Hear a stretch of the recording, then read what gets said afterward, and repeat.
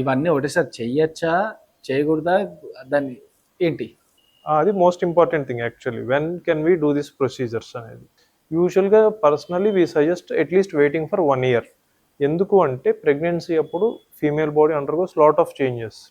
మనం విజిబుల్గా కనపడే changes obviously పొట్ట బాగా పెరుగుతుంది బేబీ ఉండటం వల్ల, అండ్ మిల్క్ ఇచ్చే టైంలో బ్రెస్ట్స్ కొంచెం ఎంగార్జ్డ్గా ఉంటాయి.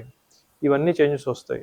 సో ఇవన్నీ టైం గడిచే కొద్దీ ఇన్వాల్యూట్ న్యాచురల్గా అసలు మనం ఏం చేయకుండా రివర్ట్ బ్యాక్ అయిపోతాయి. సో ఆ న్యాచురల్ ఇన్వాల్యూషన్కి టైం ఇచ్చి ఒక 1 year తర్వాత ఏ చేంజెస్ మిగిలిపోయినాయి అవి జనరల్గా ఇంకా బియాండ్ రివర్ట్ అవ్వవు. సో అప్పుడు చేంజెస్ని మనం అడ్రస్ చేసుకోవచ్చు if the individual is willing to get it done. This is predominantly done both for cosmetic as well as functional purposes. Only cosmetic చూడటానికనే కాదు కేవలం ఇది. ఎందుకంటే బాగా లూజ్ ఓవర్ హ్యాంగింగ్ స్కిన్ ఉంది పొట్టలో, అది చాలా సార్లు హైజీన్ కి కూడా ఇబ్బంది పడుతూ ఉంటుంది. ఫంగల్ ఇన్ఫెక్షన్స్ వచ్చే ఛాన్స్ ఉంటుంది. అందువల్ల కొంతమంది అసలు ప్రెగ్నెన్సీ తర్వాత 10-15 సంవత్సరాలకు వచ్చి ఇలాంటి ప్రొసీజర్స్ చేయించుకున్న వాళ్ళు కూడా ఉంటారు. నాట్ జస్ట్ ఊరిక వ్యానిటీ కోసం ఏదో అందంగా ఉంటారు అన్న ఇదే కాదు.